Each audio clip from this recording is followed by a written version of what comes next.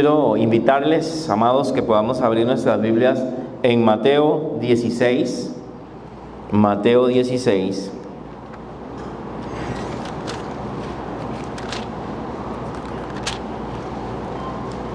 Versículo 13.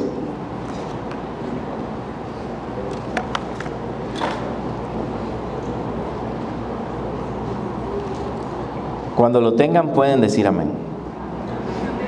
Nuestro tema hoy es sobre el gran anuncio, aunque hay varios aspectos muy grandes en este pasaje y no solamente el anuncio. Verso 13 dice: viniendo Jesús de la región de Cesarea de Filipo, preguntó a sus discípulos diciendo: ¿quién dicen los hombres que es el Hijo del Hombre? Ellos dijeron: unos Juan, otros Juan el Bautista, otros Elías, otros Jeremías o alguno de los profetas. Y él le dijo: ¿y vosotros quién decís que soy yo? Respondiendo Simón Pedro dijo: tú eres el Cristo, el Hijo del Dios viviente. Padre, gracias en esta mañana. Pedimos tu guía y tu dirección para que tu palabra corra en cada corazón de los que están aquí presentes, también de los que escuchen este mensaje y lo vean de forma diferida, Señor. Pedimos que tu palabra haga la obra en nuestros corazones, que me dirijas a enseñarla correctamente, que dirijas mi vida y que también abras nuestro sentir, Señor, el sentir de todas las personas aquí presentes. En el nombre de Jesús. Amén y amén. ¿Quién es Jesús para las personas? ¿Quién es Jesús para la gente? Si hiciéramos esta pregunta hoy en la calle, hiciéramos alguna encuesta, ¿qué obtendríamos? ¿Quién es Jesús para las personas? ¿Qué usted cree que podríamos obtener? En una ocasión, a algunos de mis alumnos los mandé a preguntar a sus amigos, a sus vecinos, a sus comunidades y a su iglesia quién era Jesús. Hicimos una pequeña encuesta con eso. Es interesante que muchas personas no creyentes decían que Jesús era un buen hombre, que Jesús fue un gran libertador, que Jesús fue un gran sabio, que Jesús era alguien importante. Aún los ateos dijeron que era alguien importante. Los que eran de corte más religiosos o católicos también mencionaron que Jesús era el Salvador, por lo menos tienen esa idea, ¿verdad? Que Jesús es el Salvador. Y aún algunos evangélicos no sabían qué responder, quién era Jesús. Jesús, ¿quién es para las personas? Para muchas personas fue alguien que trajo libertad, que peleó por la verdad. Y hay un dicho por ahí: por la verdad murió Cristo. Jesús no murió por la verdad, murió por nosotros. Y la idea que tienen las personas es de que Jesús fue alguien bueno, alguien que nos enseñó a amar al prójimo, alguien que vino a traer libertad, una persona más importante de la historia de la humanidad, y todo eso suena bien. Pero Jesús es más que eso. ¿Quién es Jesús para nosotros, los que estamos aquí presentes? ¿Quién es Jesús para nosotros? ¿Es nuestro Señor? ¿Es nuestro Salvador? ¿Es una religión más para algunos? Para algunos Jesús es una religión, nada más. Es una ideología es una religión igual que Buda, es igual que los demás. Hemos llegado a algunos creyentes a pensar de que todas las religiones llevan a Dios. Si usted viene los miércoles y estudia Romanos, se da cuenta que eso no es cierto. El único camino, la verdad y la vida es Jesús. Y en eso sí tenemos que ser exactos como Jesús. Jesús fue celoso y dijo: yo soy el único, no hay más. Y eso nos puede hacer parecer prepotentes y todo, pero es la verdad. No hay otro camino. Todos los caminos llevan a Roma, pero no todos los caminos llevan a Jesús. Jesús habló de un solo camino, y era un camino estrecho, era un camino angosto. ¿Quién es Jesús para nosotros? Espero que si no tiene clara esta respuesta, usted que está acá, si no tiene clara esta idea, la pueda definir al final de esta enseñanza, porque vamos a entender quién debe ser Jesús para nosotros. Allá por el verso 13 y el verso 15, Jesús le hace la pregunta a sus discípulos. Esa misma pregunta es para nosotros. Después de que él regresa de una región poblada o llena de personas gentiles, le pregunta en el verso 13 a sus discípulos diciendo: ¿quién dice la gente? ¿Quién dice los hombres que es el Hijo del Hombre? ¿Quién dicen las personas que soy yo? Jesús generalmente usó el título Hijo del Hombre. Usó varios títulos, pero el título Hijo del Hombre era el que más utilizaba, porque el Hijo del Hombre lo conectaba a él con su humanidad. Pero también tiene referencias en Daniel acerca de ese Hijo del Hombre que vendría en las nubes del cielo. Y desde ahí sale la esperanza de un Salvador y de un Mesías, del Cristo, desde el libro de Daniel, donde él observa al Hijo del Hombre venir en las nubes. Él utiliza mucho esa referencia para decir: yo soy el Mesías, o yo soy el Cristo en griego, Mesías en hebreo, yo soy el ungido. Pero él le pregunta a ellos: ¿quién dice la gente? ¿Qué dice la gente que soy yo? Ahora, esta gente no eran gente atea, no era gente que adoraba a otros dioses. Es más, encontramos personas que no eran del pueblo judío que decían que Jesús era el Cristo. Lo tenían bien claro. Pero él está preguntando: ¿qué dice la gente del pueblo de Israel? ¿Qué dice la gente que no es mi discípulo? ¿Qué dice la gente allá afuera acerca de mí? ¿Y qué responden? Ellos dijeron: Juan el Bautista. Estaba la idea que por los milagros que estaba haciendo Jesús, el mismo Herodes había dicho: Juan el Bautista ha resucitado, porque le cortó la cabeza y le dio miedo. Juan el Bautista ha resucitado. Entonces unos decían que era Juan el Bautista, otros Elías. Elías, por la manera de hablar, por la autoridad que tenía Jesús, por la manera de reprender a los fariseos, a los escribas, por la manera de decir las cosas. Y quiero decirle que Jesús trataba bien fuerte a los religiosos, pero con amor a los pecadores. Eso es algo que podemos encontrar en la Biblia. A los religiosos que debían saber las cosas los trataba duro.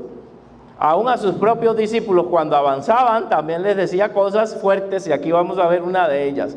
¿Para qué? Para que ellos despertaran y entendieran quién era Él. Pero a la gente que se le acercaba, a la mujer adúltera, por ejemplo, no la juzgó, le dice: vete, yo no te condeno, vete y no peques más. Era amoroso para con la gente del pueblo, pero para con los religiosos hipócritas era duro para con ellos. Así que veían en él un Elías, un profeta como el profeta Elías allá del Antiguo Testamento, que era fuerte, que era de un carácter duro. Pero no, también se decía que Elías vendría al final de los tiempos. En otros pasajes Jesús dice: Elías que ha de venir, eso está, si no me equivoco, en Malaquías, ¿verdad? Elías que ha de venir fue Juan el Bautista, y ustedes lo mataron. No es que reencarnó, sino que era un profeta como Elías. Así que ellos esperaban el profeta Elías. Pero también otros decían que probablemente era Jeremías. ¿Quién era Jeremías? El profeta conocido como el profeta llorón. No sé si es que veían a Jesús así con una paciencia, una tranquilidad, y dijeron: probablemente también es Jeremías, porque Jesús tenía múltiples facetas también. Era un hombre con distintas facetas en su vida. Y decían: podía ser Jeremías, un hombre que predicó la verdad y sufrió mucho, y que el pueblo no lo escuchaba. Y probablemente estaban viendo que en Jesús, ya para cierta época, ya el pueblo estaba dejando de seguirle. Entonces es como el profeta Jeremías, que el pueblo, él dice la verdad, pero no lo están escuchando. Bueno, o alguno de los profetas. Eso era lo que decía la gente que le seguía a Jesús. Eso era la gente que estaba ahí alrededor. todavía no comprendían quién era Jesús. Yo puedo estar llegando a la iglesia, yo puedo estar visitando una iglesia y no entender quién es Jesús. Y tener una idea vaga. Es un buen hombre, es un profeta. Pero ¿quién es Jesús? Lo he experimentado, entiendo quién es Jesús. Ahora Él le devuelve la pregunta a ellos en el verso 15. ¿Qué dicen ustedes? ¿Qué dicen ustedes que soy yo?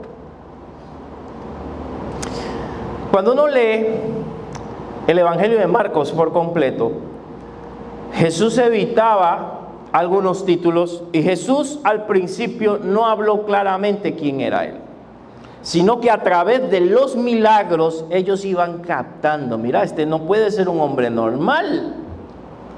Jesús no podía darle la información inmediatamente a ellos, yo soy Dios. Se mueren, dicen, o se ríen, sino que poco a poco los va llevando. Poco a poco, a través de los milagros, a través de las cosas que ellos van experimentando con Jesús, ellos comienzan a decir, ¿quién es este hombre que detiene el mar? ¿Quién es este hombre que los demonios se sujetan en él? ¿Quién es este hombre que resucita muertos? Y entonces ellos van creciendo en ese conocimiento de Dios poco a poco, en esos 3 años con Jesús. Ellos van conociéndole y en algunos momentos dicen Él es el profeta y en otros momentos Él es el Cristo, y ahí van evolucionando en quién es Jesús, porque Jesús sí era profeta, pero no era un cualquier profeta. ¿Qué dicen ustedes? ¿Y quién cree que sale a escena, hermanos? Siempre hay un impulsivo en cualquier lugar. Siempre hay alguien, ¿verdad?, que habla antes de pensar. Y que generalmente Pedro casi siempre metía las de andar. Casi siempre se equivocaba, era impulsivo el hombre, ¿verdad? Conocemos de esos en las escuelas, en los colegios. Conocemos a esos que levantan la mano aunque no tienen la respuesta, ¿verdad? Conocemos esas personas que van adelante y que tal vez algunos lo critican, pero tanto es el amor que tienen por decir lo que sienten y es su personalidad que a veces no miden las palabras. Pedro tenía un carácter así. Por supuesto que Dios comienza a trabajar con él. Y entonces nuestro amigo Pedrito da la gran respuesta ante la gran pregunta. Una gran respuesta. Ahora, Jesús, ¿a quién le preguntó? ¿A quiénes? A los discípulos. Y es la pregunta que nos hace a nosotros si estamos siguiendo a Jesús. Si somos sus verdaderos discípulos. ¿Quién es Jesús para ti? ¿Es una religión? ¿Es la religión de tus papás? ¿Es una tradición? ¿Quién es Jesús? Entonces Pedro, estoy seguro que él está hablando en representación del grupo. Eso es lo que quería decir. La pregunta era para todos. Y Pedro responde, ¿y nadie va a hablar? Bueno, aquí estoy yo, pues. Sabemos quién eres. A este nivel, él da 2 declaraciones aquí. Tú eres el Cristo. Esa palabra significa ungido, el Mesías, el esperado, el prometido desde el Antiguo Testamento. Tú eres el Cristo, el ungido, que algunos pensaban que iba a ser un rey.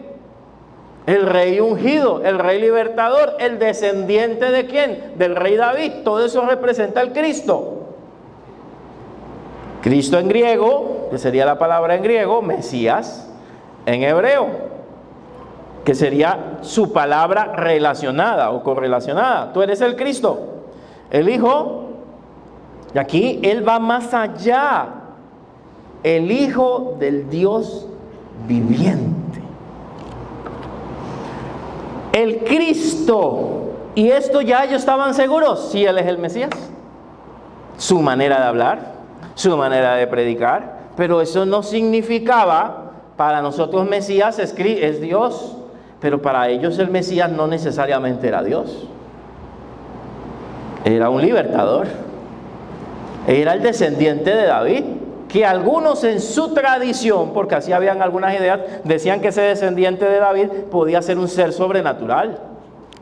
un ser distinto en su tradición, pero no era la opinión de todos en Israel, era la opinión de un grupo, que el Mesías podía ser alguien sobrenatural, pero la mayoría pensaba que era un rey dotado del poder de Dios, un David, por así decirlo, lleno del poder del Espíritu Santo, para derrotar a los romanos. Esa era la idea de ellos.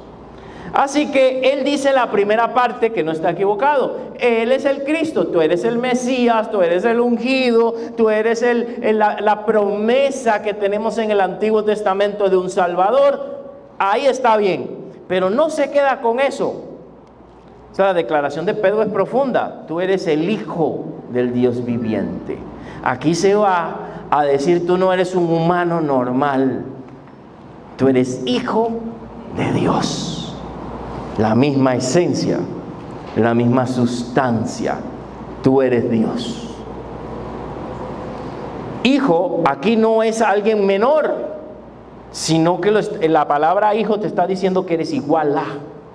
O sea, comparte la divinidad de Dios. Aquí Pedro había comprendido en todo su caminar, y no solamente Pedro, porque Pedro está representando lo que los demás no querían decir. Di, Pedrito, habla tú, a ti te gusta hablar, ¿verdad? Eres el Hijo del Dios viviente. Eres Dios.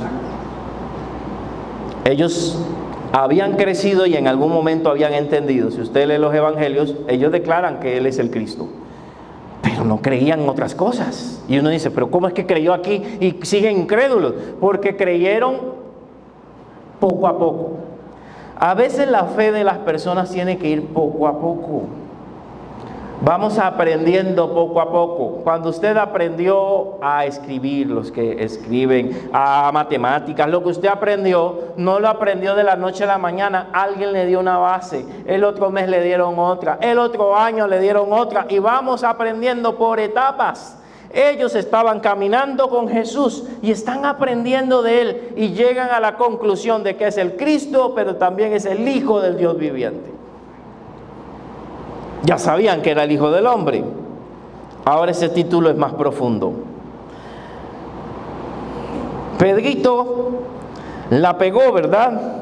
Y en el verso 17 entonces le respondió Jesús: bienaventurado, dichoso Pedro, dichoso Simón, hijo de Jonás, porque no te lo reveló ser humano, eso significa carne ni sangre, no te lo reveló ningún hombre, sino ¿quién? Mi Padre que está en los cielos. Así que el entender, hermanos, el comprender que Jesús es el Cristo y que Jesús es el Hijo de Dios y el tenerlo como Salvador es una revelación del Padre. Por eso que hay gente que no lo comprende. Por eso que hay gente que a donde usted más le habla no entiende realmente quién es Jesús, porque eso se le tiene que revelar, se lo tiene que revelar el Espíritu Santo. Es una obra del Espíritu Santo en el corazón. Y tal vez lo repetimos religiosamente: Él es el Salvador, Él murió por mí, pero no comprendo a magnitud quién es Jesús. Aquí Él está diciendo: esto no te lo reveló ningún ser humano, esto no lo aprendiste en la iglesia, en la sinagoga, esto te lo reveló el Espíritu Santo. Jesús no hablaba abiertamente de quién era Él. Es más adelante le dice: no digan a nadie. Porque la persona tenía que comprenderlo por sí mismo. El Espíritu Santo tenía que revelárselo a las personas. Y aquí vienen unos versículos bastante complicados, hermanos. Verso 18 al 20, pero tengo que tocarlos. Y le dice: yo también te digo que tú eres Pedro. Pedro, en el griego, puede significar piedra. Y sobre esta roca edificaré mi iglesia. Paremos ahí. De esto se ha hecho una teología en la religión oficial. Y voy a hablarlo con mucho respeto, porque ustedes saben que yo no hablo mal de las demás religiones. pero cuando tengo que tocar un texto lo tengo que explicar.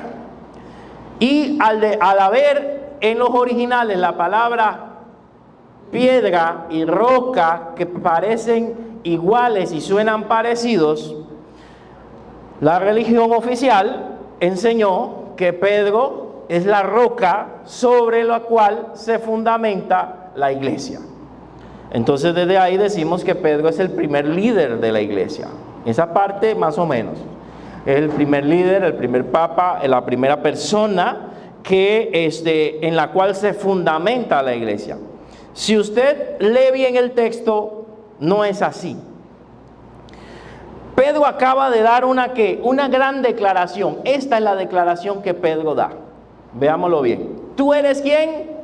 El Cristo, el Hijo del Dios viviente. Preste atención. Pedro, sobre esta roca edificaré mi iglesia. ¿Cuál roca? Bueno, Pedro mismo, casualmente, si usted va a la carta de Pedro, Pedro dice que la roca es Cristo. Pedro mismo lo dice por todos lados en sus cartas. Por ahí vamos también entendiendo que él no interpretó que él era la roca, sino que el Cristo era la roca. Pero él está diciendo, como que yo hablé con Randall acá, y Randall me dice algo muy interesante, ¿verdad? Muy profundo, ¿verdad? Y yo le digo, Randall, sobre eso voy a realizar tal cosa. ¿Sobre qué? Sobre lo que él dijo, no sobre él. Sobre lo que él dijo que fue muy profundo, sobre lo que él dijo que fue muy interesante. Sobre eso voy a hacer esto, sobre lo que tú dijiste. Entonces él está diciendo, voy a fundar mi iglesia sobre la roca, sobre la palabra, sobre la revelación que acabas de tener, sobre lo que dijiste, que soy el Cristo, que soy el Hijo de Dios. Sobre eso se va a fundamentar mi iglesia. No es sobre Pedro. Ahora tampoco le quito valor a Pedro, porque hay algunas cositas que vienen para Pedro también. La iglesia se fundamenta sobre la revelación que dio Pedro, que Él es el Cristo, que Él es el Hijo del Dios viviente. Y todos nosotros estamos aquí, espero que la mayoría, porque hemos creído que Él es el Cristo, que Él es el Salvador. No porque están siguiendo a un hombre, a Vladimir, sino porque estamos siguiendo a Jesucristo. La iglesia no es de ningún hombre. La iglesia no es de ningún líder. La iglesia no era de Pedro. La iglesia era de Jesucristo. Y Él lo dice más adelante. Entonces, sobre esta roca, sobre esta revelación, sobre esta declaración que acaba de dar Pedro, voy a fundar mi iglesia. Y así fue. Todos, para ser creyentes, tenemos que recibir a Jesús en nuestro corazón. Por ahí empezamos todos. Por el fundamento. ¿Qué dice Pablo en otras prédicas que mencioné? Nadie puede poner otro fundamento que el que está puesto, que es Cristo Jesús, dice Corintios. Ahora, Él es la roca sobre el cual se fundamenta la iglesia. Pero hay unos versículos importantes e interesantes. Le dice, y a ti, significa que Él no estaba hablando de Él. Por lo menos en el versículo 18 no estaba hablando de Él. Ahora dice, y a ti, o sea, ahora a ti, te daré las llaves del reino de los cielos.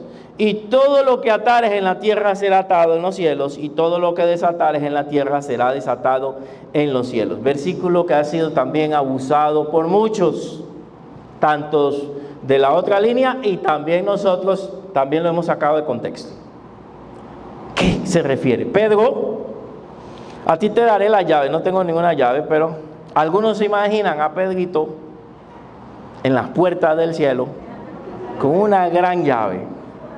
Y dice, tú no entras. Y a otro, tú pasas. ¿Verdad?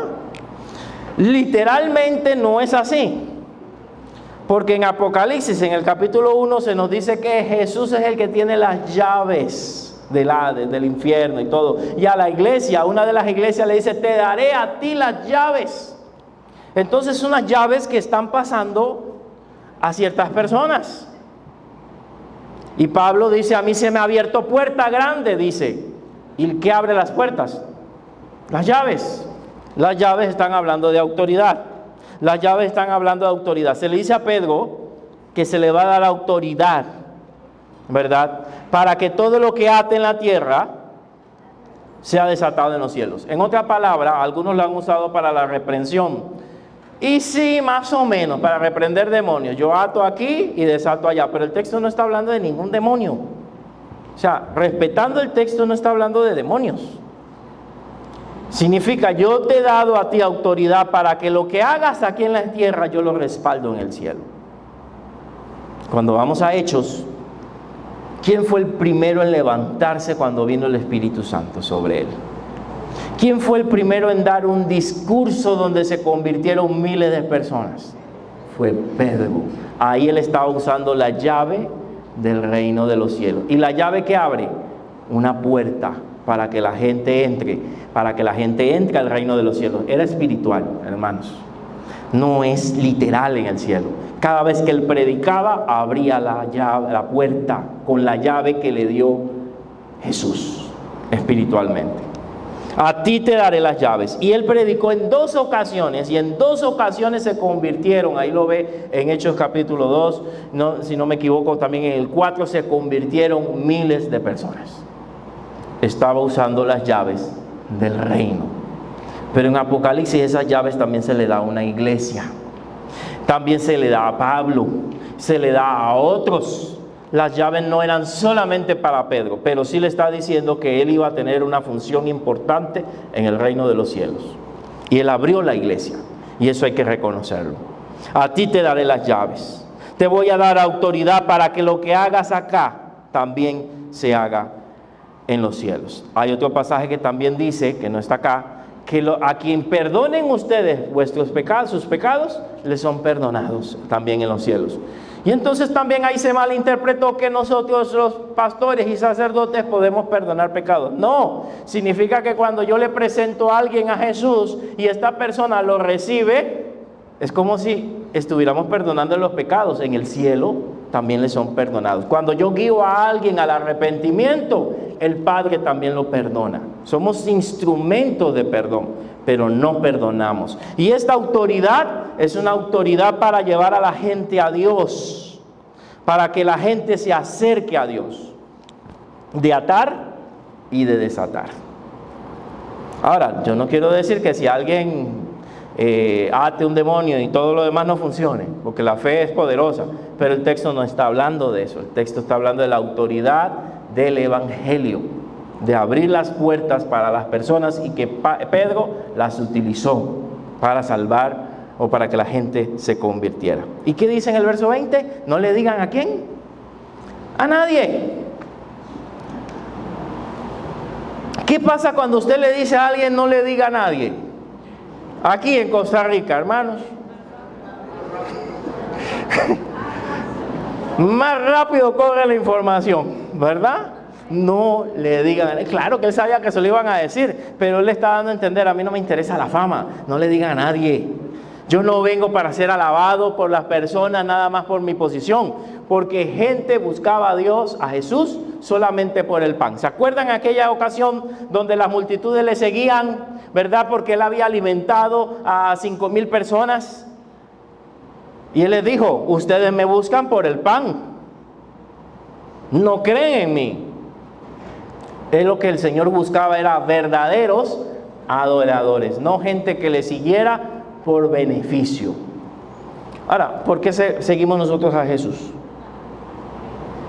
¿Lo amamos o por las bendiciones que nos da? Y recuerden la enseñanza pasada, ¿qué tal si no tenemos bendiciones por un tiempo? ¿Qué tal si pasamos un momento de prueba como Job? ¿Será que nos apartamos de Dios? ¿Será de estas personas que cuando las cosas van mal ya no vienen a la iglesia porque tienen un problema? ¿Acaso se sigue a Dios nada más cuando todo va bien?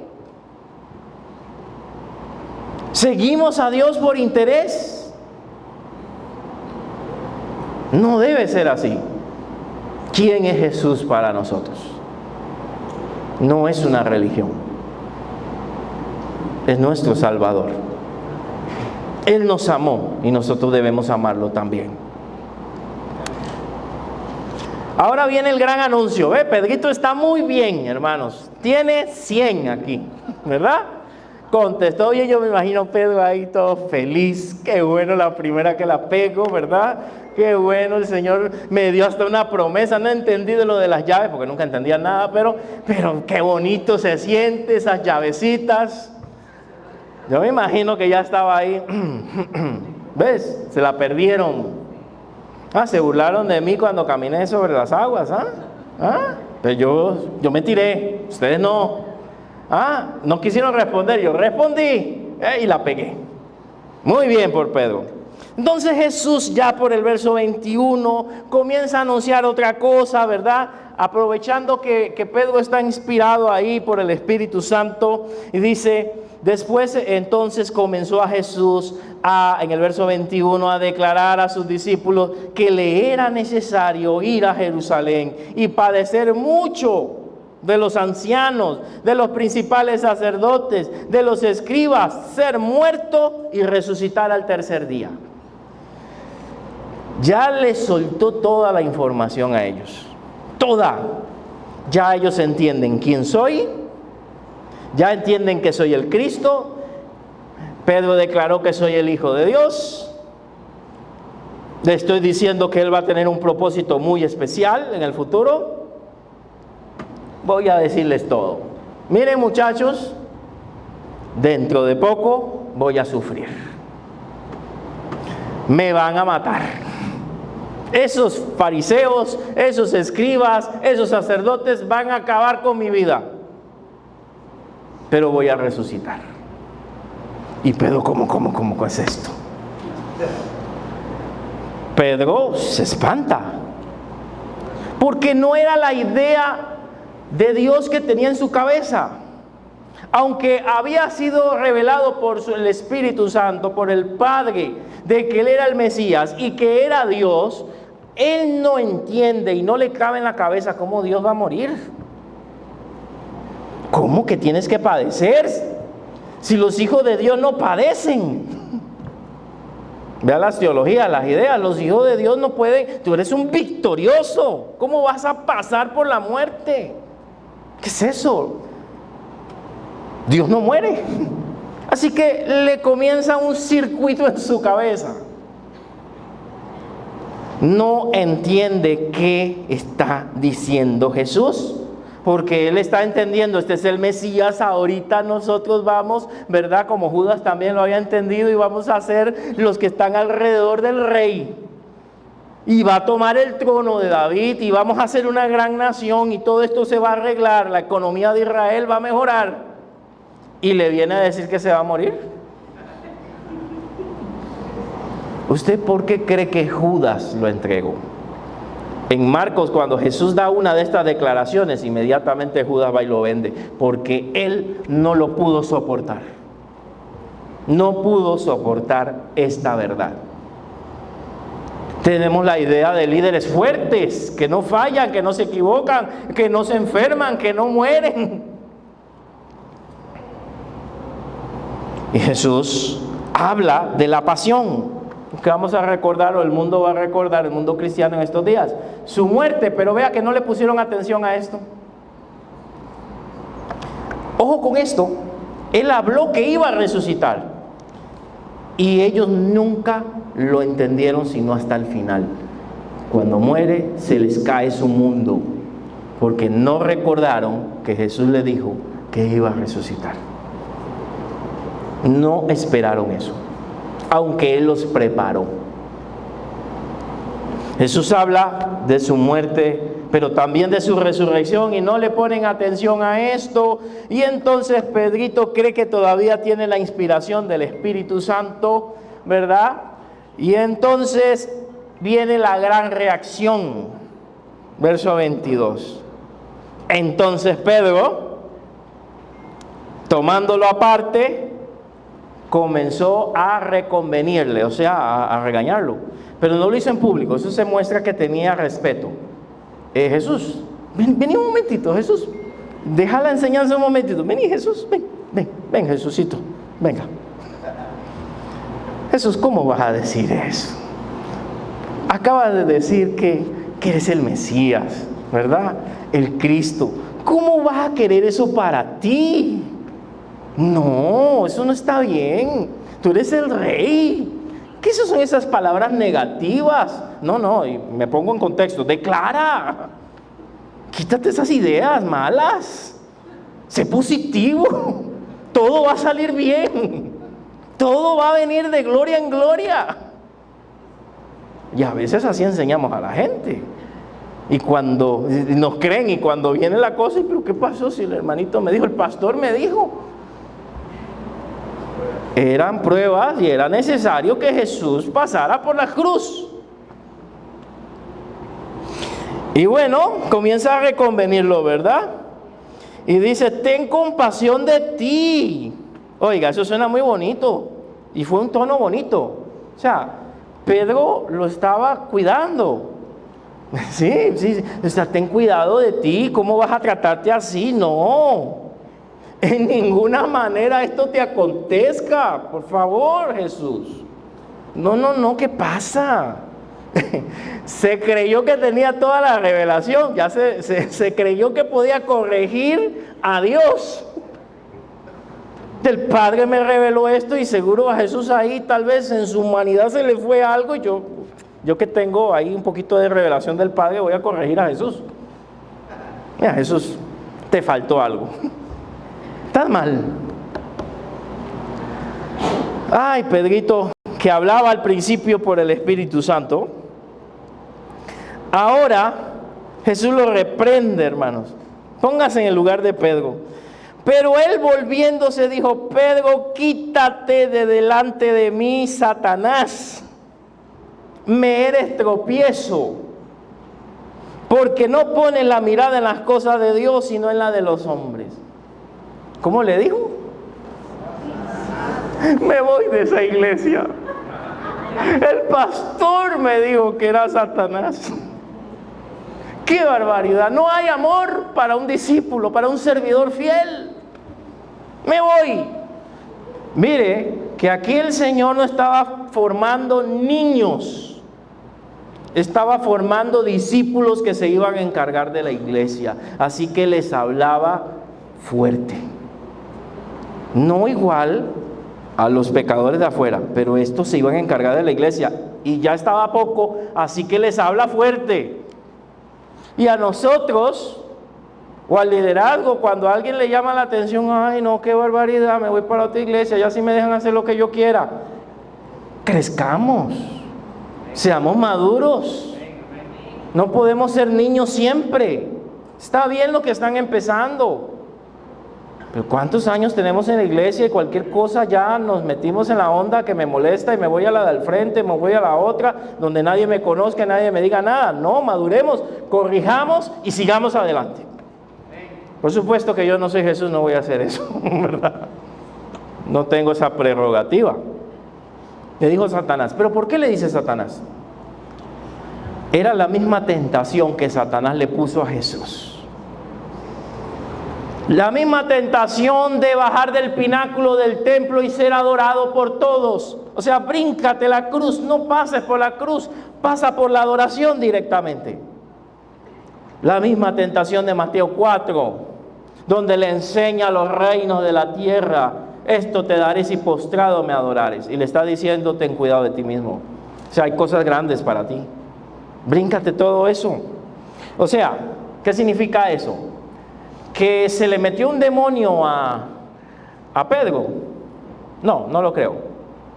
Pero Pedro estaba escuchando otra voz en su oído espiritual. Satanás tal vez le dijo, mira, Pedrito, dile a Jesús que no haga eso. Que se brinque eso, no. Que tenga cuidado de sí mismo. Y Pedro, el Espíritu Santo. Mira, ten cuidado. Vea el cuidado que hay que tener para oír la voz de Dios. en un momento estaba oyendo la voz de Dios y en segundos la de Satanás. Cuando usted le diga a alguien, Dios me habló, y le dé un consejo, hermano, tenga mucho cuidado que está haciendo. Asegúrese de que es Dios que le está hablando, porque si no podemos meter a unas personas en unos grandes enredos. Hay que tener mucho cuidado con eso, y eso es una moda que encontramos. Todo el mundo dice Dios me habló, ¿verdad? Pero hay que tener un cuidado grande. En un momento estaba en el espíritu y en un momento estaba en la carne, Pedro, y no discernió cuál voz le estaba hablando. Así que él está transmitiendo, Pedro, el sentir de Satanás y la prueba de Satanás o la tentación de Satanás. Jesús fue tentado siempre. Cuando estuvo en la cruz, a veces pensamos que nada más fue Mateo 24. En Mateo 4, aquí hay una tentación a través de sus discípulos. Pero cuando Jesús está en la cruz, ¿qué le dice la gente abajo? Bájate, si eres el Hijo de Dios, demuéstranoslo. Si hasta morir estuvo tentado, y si él se hubiera bajado, aquí no estuviera nadie. Pero él resistió la tentación de demostrar su poder. No lo demostró para el beneficio de los demás, ni para el beneficio del mismo. Siempre obedeció al Padre hasta el final. Así que hay una gran reacción, hermanos, y un gran regaño de parte de nuestro Señor. Ahora el Señor entonces se devuelve a ¿quiénes? Verso 24.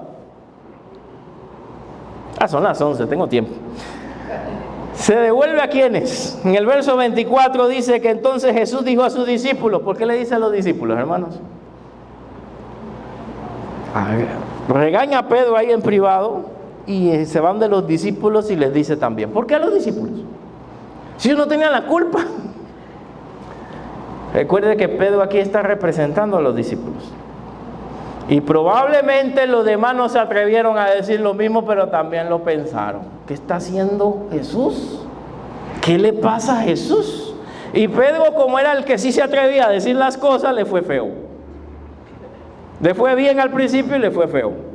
Pero los discípulos también tenían esa misma duda, pero ellos calladitos ahí, chiqui. ¿Verdad? Entonces se devuelven de ellos, se devuelven de los discípulos y les dice: si alguno quiere venir en pos de mí, niéguese a sí mismo, tome su cruz y sígame. Aquí la puso difícil. Aquí la puso difícil. Porque queremos seguir a Jesús cuando las cosas van bien. Jesús esto no se lo dijo a las multitudes. Se lo dijo, sí, después de mucho tiempo, a los 5,000, a los que estaban por ahí. Si le decimos esto a un nuevo, le va a dar un paro cardíaco. Pero ya ustedes tienen un tiempito aquí con nosotros. No todo es color de rosa. La vida cristiana también presenta sus dificultades. Y el Señor Jesús le está diciendo la verdad. La demanda es grande.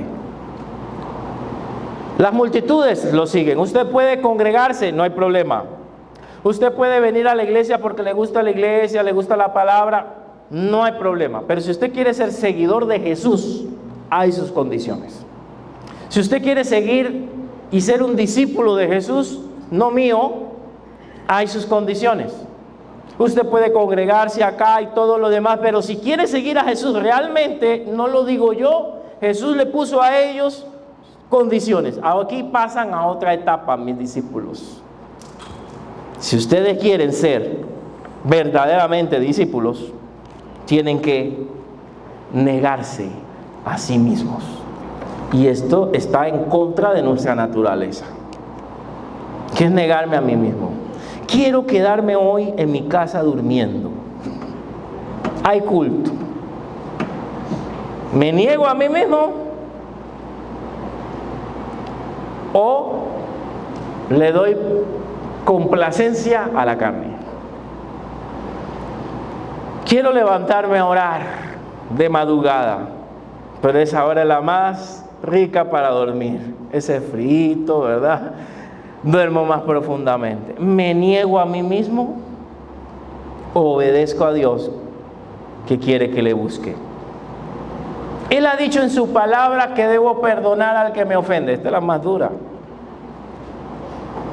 Me niego a mí mismo mis ganas de darle una bendición, mis ganas de bendecirlo en el nombre, o me niego a mí mismo y lo perdono. Todo lo que Jesús ha hablado en su palabra para poder cumplirlo, hermanos, hay que negarse a nosotros mismos, porque no es fácil. Niéguese a sí mismo. La segunda, tome ¿qué? Su cruz. Tome la cruz. Y bueno, yo he oído predicadores que dicen, hermanos, el Señor se hizo maldición, hay un texto por ahí medio mal interpretado, para que usted no tenga maldición, y Él llevó la cruz para que usted no lleve ninguna cruz. Bueno, no ha leído el apóstol Pablo, las cartas del apóstol Pablo, no ha leído ni a Jesucristo mismo, donde Él ha dicho, toma tu cruz. Él llevó su cruz y murió por nuestros pecados y nos salvó del infierno. Ya Él cumplió esa parte, pero en la vida diaria hay otra cruz que a veces hay que llevar. Y ese es símbolo de dificultades, ese es símbolo de pruebas.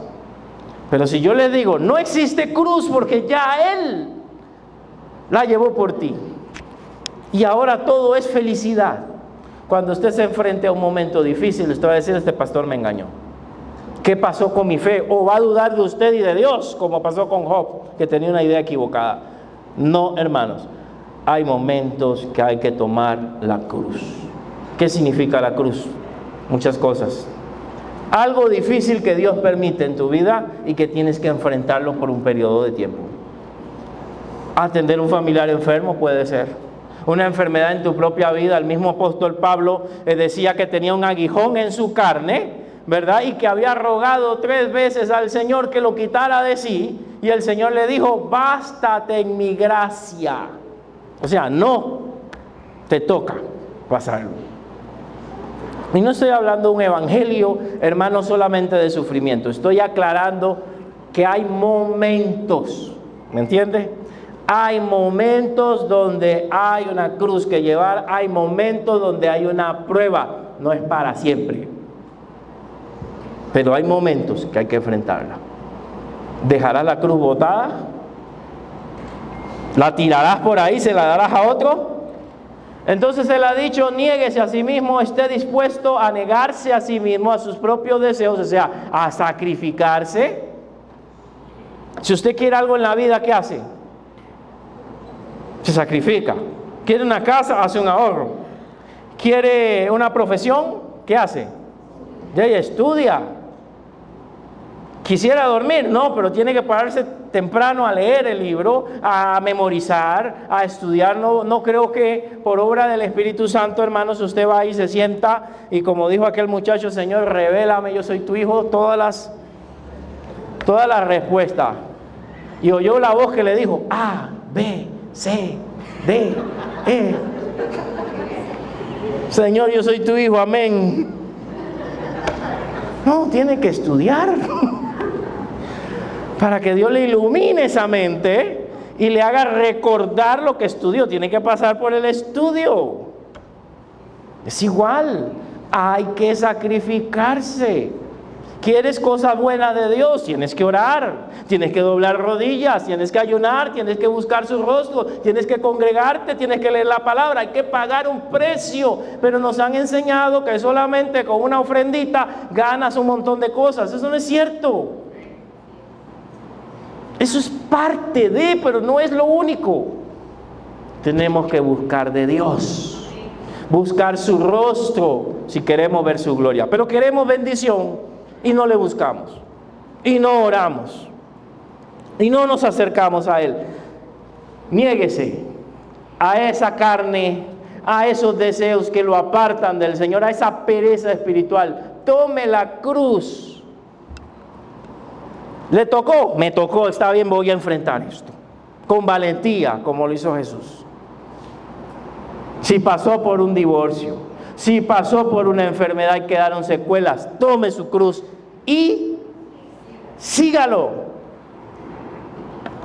Porque hay gente que cuando ve la cruz se aleja de Dios. Ah, no, esto no es como yo creía. Y sígame. Podía haberlo dejado acá. Y muy bonito cierre.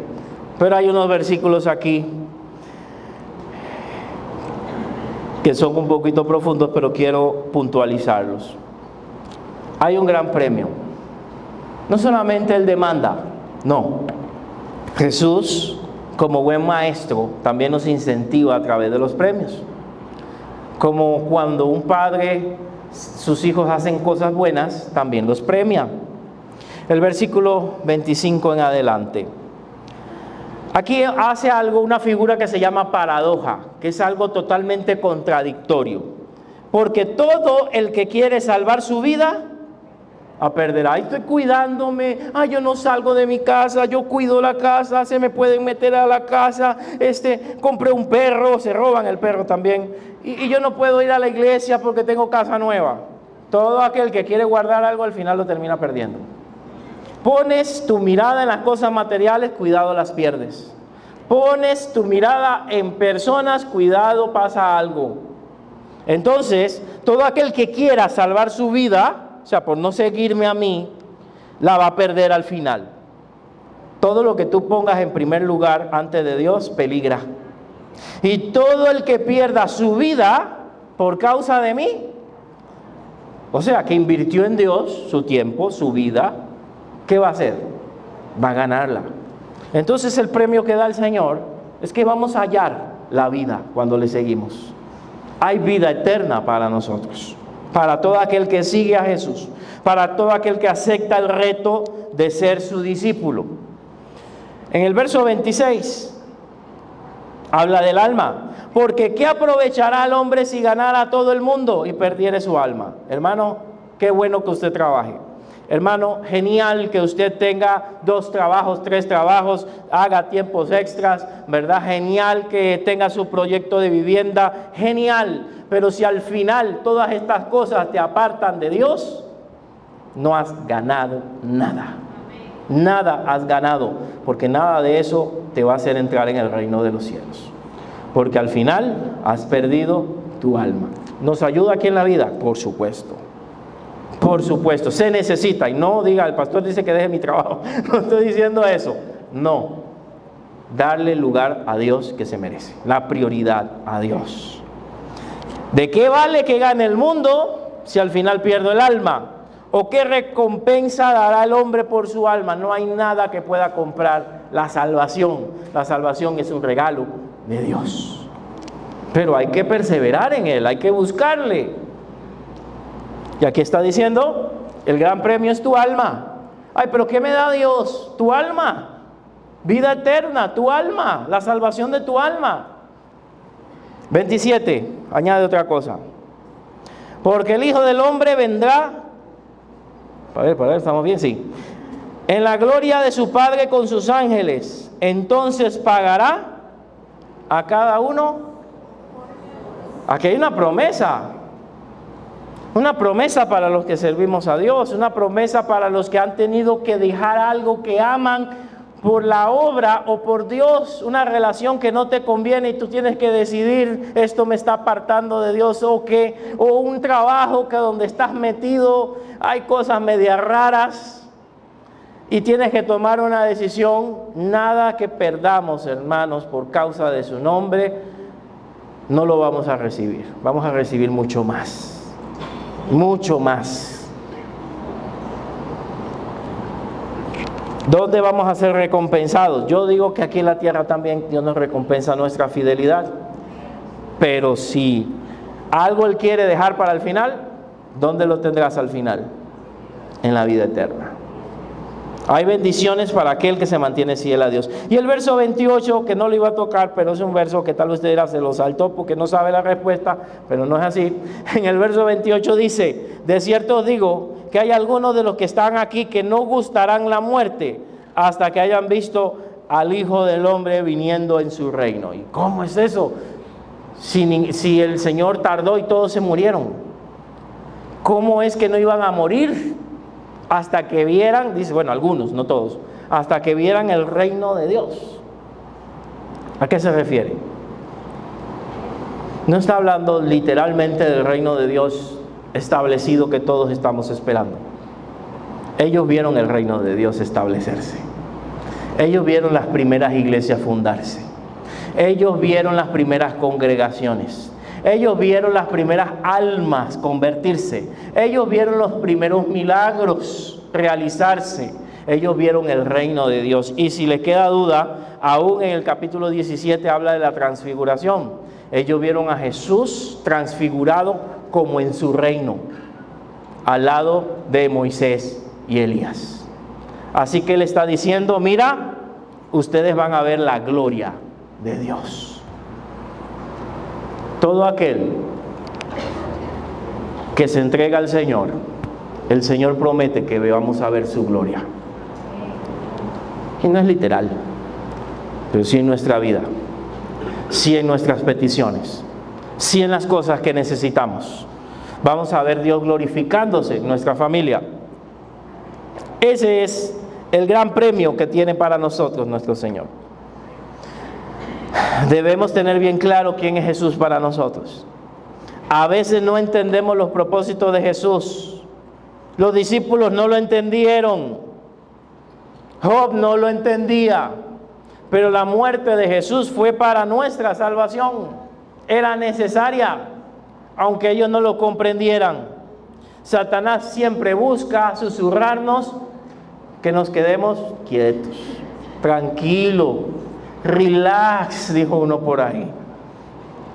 No te preocupes, no hagas mucho esfuerzo, ora ahí en la camita, ahí acostadito, ponete la almohada, ponete la cobija, dormite ya. Todo fácil. Vigilia, el 30, yo no voy, necesito dormir. Ayuno, ay, a mí me gusta comer.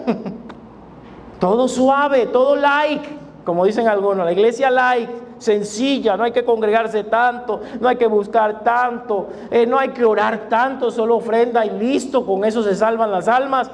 La iglesia light, nosotros no somos una iglesia light, nosotros tenemos que obedecer lo que el Señor nos ha mandado. Buscar su rostro, negarnos a nosotros mismos, tomar la cruz. Y si hay que ayudar a alguien con la cruz, se le ayuda, pero tienes que tomarla y seguir a Jesús. Jesús nos pide autonegación, tomar la cruz y seguirle. Recuerda que la salvación del alma es más importante que todo lo terrenal que puedas tener. Dios recompensa a aquellos que se sacrifican por su obra. Hago un paréntesis, no te digo que descuides tu familia, jamás. No digo que descuide a tu esposa, a tu esposo y a tus hijos. No, estoy diciendo que saques tiempo para el Señor y para su obra.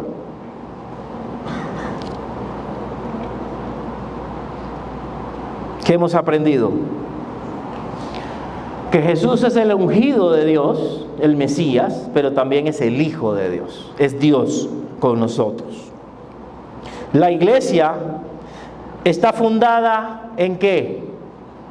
En la elocuencia del pastor, en el grupo de alabanza, en el líder tal, en el cuerpo de ancianos. No, hermanos.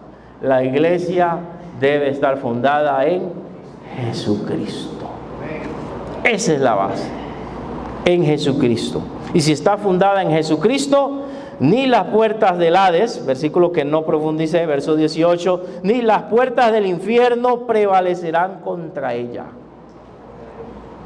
¿Y cómo son las puertas del infierno? Eran esas puertas grandísimas, ¿verdad? Que tenían los castillos. ¿Ha visto esas películas medievales? Esas puertas grandísimas. ¿Y qué dice? Que las puertas del Hades no prevalecerían. Aquí hemos entendido como que el diablo nos ataque y estamos ahí sosteniendo la puerta. No, es al revés. Usted está golpeando la puerta del diablo. Es una iglesia con fuerza que golpea las puertas del infierno para rescatar las almas. No una iglesia débil. ¿Cómo estás? El diablo aquí me tiene apaleado. Ore por mí, hermano. No, sí, me tiene, pero le voy a dar también. Voy a ganar almas, voy a trabajar para Él. No me voy a dejar. Voy a orar, voy a clamar. Una iglesia despierta, viva y con fuerza. Eso es lo que quiere el Señor. No que el diablo la apalea, sino que el diablo huye de esta iglesia, de esta congregación. La muerte de Jesús era el único camino para nuestra salvación. Y cierro con esto. La autocomplacencia, la pereza espiritual, la vagancia espiritual nos aleja de la voluntad de Dios. Obedecer a Dios es lo que nos hace verdaderamente discípulos. Había multitudes, y no es malo ser parte de la multitud. La multitud llegaba, oía y se iba, y comía a veces, ¿verdad? Pero los seguidores eran menos. Si usted es parte de la multitud, no hay problema. Todos empezamos en la multitud. Todos llegamos a oír, nada más. Nos llama la atención, pero en algún momento tenemos que tomar una decisión firme por seguir a Jesús. Y vea que los discípulos la tomaron y andaban con Él. Y después fueron retados a negarse a sí mismos. En el camino el Señor nos va haciendo más retos de entrega. Y tenemos que estar dispuestos a hacerlos o quedarnos ahí. Cuando creemos perder algo, cuando has perdido algo por causa de Jesús, realmente estás ganando. Y lo pongo así: la gente que son misioneras y se van a otro lugar, a otro país, dejando todo, algunos profesión, trabajo, amigos, familias, comodidad, para ganar ¿qué terrenalmente? Terrenalmente tal vez poco, pero en el reino de los cielos una gran corona. Cuando perdemos aquí, ganamos en el reino de los cielos. Oramos. No sé cuál de estas etapas tal vez Dios te ha hablado. Tal vez en entender mejor quién es Jesús. En seguir a Jesús y no una religión. En seguirlo a Él verdaderamente. Tu concepto de Jesús debe ser diferente al de la gente que no viene a la iglesia. Tú debes entender que Él es el Salvador y Él es el Señor. No puedes pensar igual que los que están afuera. ¿Quién es Jesús? El Cristo, el Hijo del Dios viviente. Si has entendido eso, eso te lo reveló el Espíritu Santo. No fue que te convenció el pastor, ni nadie. Fue el Espíritu Santo el que lo puso en tu corazón, el que tú le recibieras como su Salvador. El que estés aquí en esta iglesia, fue el Espíritu Santo el que te trajo. No fue casualidad, fue el Señor. Por eso estás acá. Pero era necesario que Jesús muriera por ti en la cruz del Calvario y que resucitara para perdonarnos nuestros pecados, para hacernos libres. De la misma manera, hay ocasiones que no entendemos lo que Jesús está haciendo en nuestra vida. Hay ocasiones que no entiendes por qué estás pasando por momentos difíciles. Déjame decirte que al final de todo hay bendición. Al final, la muerte de Jesús nos salvó a nosotros, pero Él resucitó y se levantó al tercer día. No quedó ahí. No quedarás postrado en la prueba. No quedarás derribado porque el Señor te levanta. La prueba solo es por un tiempo,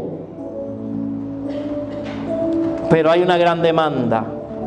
Tal vez el Señor te está pidiendo más. Tal vez hay alguien aquí que no ha entregado su corazón y el Señor te dice: entrégame tu corazón. Tal vez hay alguien aquí que el Señor le está pidiendo un paso más y le dice: mira, necesito que te comprometas más conmigo, necesito que me busques. Dile: Señor, doy ese paso. Doy ese paso. O hay alguien aquí al que el Señor esté llamando a un ministerio y te está hablando y estás luchando con Él. Obedécele. Si te ha tocado enfrentar un problema muy grande, hermano, toma esa cruz y síguele. El Señor te ayuda. No hay carga que con el Señor no sea más ligera. Síguele a pesar del problema y verás que el Señor te va a ayudar. El Señor te va a bendecir aquí en la tierra como Él sabe hacerlo. Tu alma, tu vida espiritual crecerá. Pero te aseguro que el Señor tiene una corona para ti si vences hasta el final. Verás su gloria en tu vida, en tu familia, en tu trabajo, en su casa. Verás a Dios trabajar, glorificarse por ser obediente a Él. Amante Padre Celestial, gracias por este tiempo. Tú te sacrificaste por nosotros. Solo pide de nosotros que nos neguemos a nosotros mismos. Ayúdanos cuando tú nos pidas algo, no negártelo, sino dártelo, porque ya tú diste todo por nosotros. Pido por esta congregación y que cada día nos ayudes a crecer en número y espiritualmente, Señor, y en esa relación contigo. Te lo pido en el nombre que es sobre todo nombre, en el nombre de Jesús. Amén. ¿Qué tal si le damos un aplauso a ese Señor, Dios Todopoderoso?